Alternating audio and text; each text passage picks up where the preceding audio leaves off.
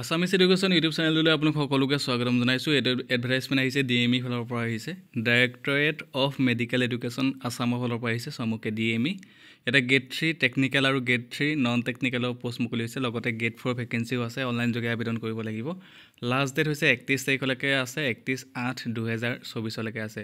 ইয়াতে ভালেমানখিনি পোষ্ট আছে, 2000টা আছে পোষ্ট, আৰু এইকেইটা পোষ্টৰ বাবে আপোনালোকে গম পাইছে অনলাইন যোগে আবেদন কৰিব লাগিব। গেট 3 টেকনিকেলৰ কাৰণে আছে 1031টা পোষ্ট, নন টেকনিকেলৰ কাৰণে আছে 320টা, আৰু গেট 4ৰ কাৰণে আছে 657টা পোষ্ট আছে। চ' ইয়াতে গোটেইখিনি পোষ্ট ৱাইজ ভেকেঞ্চি ৱাইজ দি থোৱা আছে, আপোনালোকে এবাৰ চাই ল'ব পাৰিব। চ' ডেছক্ৰিপশ্যনত সকলোখিনি দিয়া থাকিব, যোনটো অফিচিয়েল এডভাৰটাইজমেণ্ট হয়, লগতে যোনটো অনলাইন আবেদনৰ লিংক, গোটেইখিনি দি থোৱা থাকিব। চ' আপোনালোকে এবাৰ চাই ল'ব তাতে গৈ।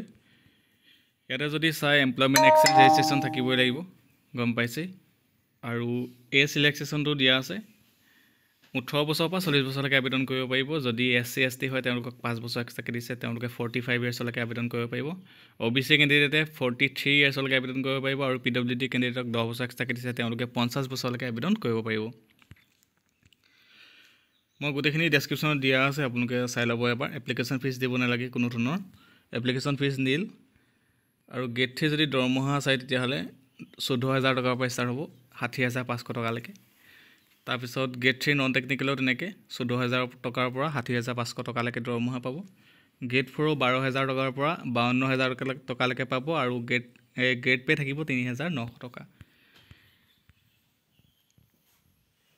অনলাইন আবেদন আচলতে এই 20 তাৰিখৰ পৰা ষ্টাৰ্ট হ'ব, 20/8/2024 পৰা 31 তাৰিখলৈকে থাকিব। আপোনালোকে সোনকালে আবেদন কৰি ল'ব।